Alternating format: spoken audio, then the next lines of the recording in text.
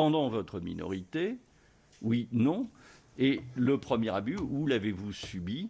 Et notamment, il y a une question religion catholique, puis après on détaille, enfin tout y est. Il y a évidemment une question sur les autres cultes.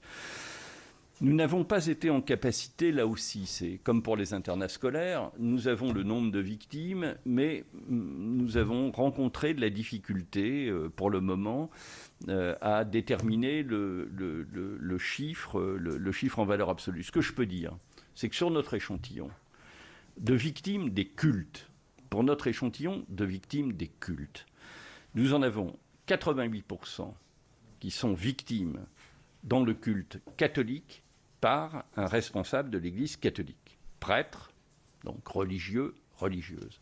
Pour les autres cultes, tous les autres cultes, protestants, judaïsme, islam, 12%. Donc on a une petite intuition que là aussi, les choses ne sont pas parfaitement claires. Autrement dit, alors je termine par le taux de prévalence des abus par milieu. Pour l'école hors internat scolaire, on est à 0,34%. Je vous rappelle, pour l'Église catholique, 0,82%. Mais pour l'école, c'est hors internat. Pour les accueils collectifs de mineurs, 0,36%. J'y reviendrai. Il y a quand même un motif de préoccupation. Pour le sport, 0,28%. Je passe aussi sur des choses comme l'enseignement artistique et culturel. Excusez du peu, mais tout ça, c'est 50 000 victimes. Hein, voilà.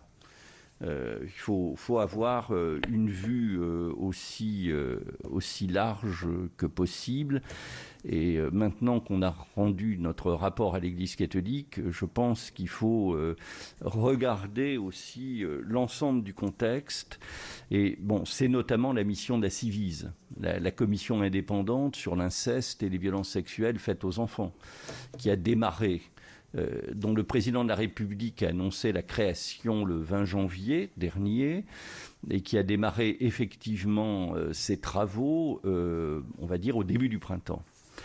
Je voudrais maintenant, après avoir brossé ce tableau assez sombre de cette réalité dont je pense qu'elle affecte en réalité la totalité des pays comparables à la France.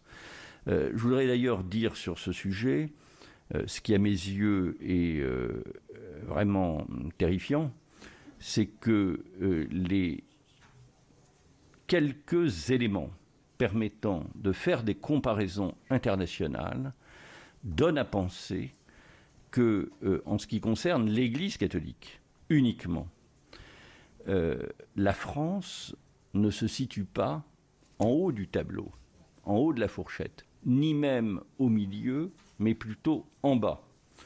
Nous le déterminons. Pourquoi peut-on dire cela? Un seul pays a mené une enquête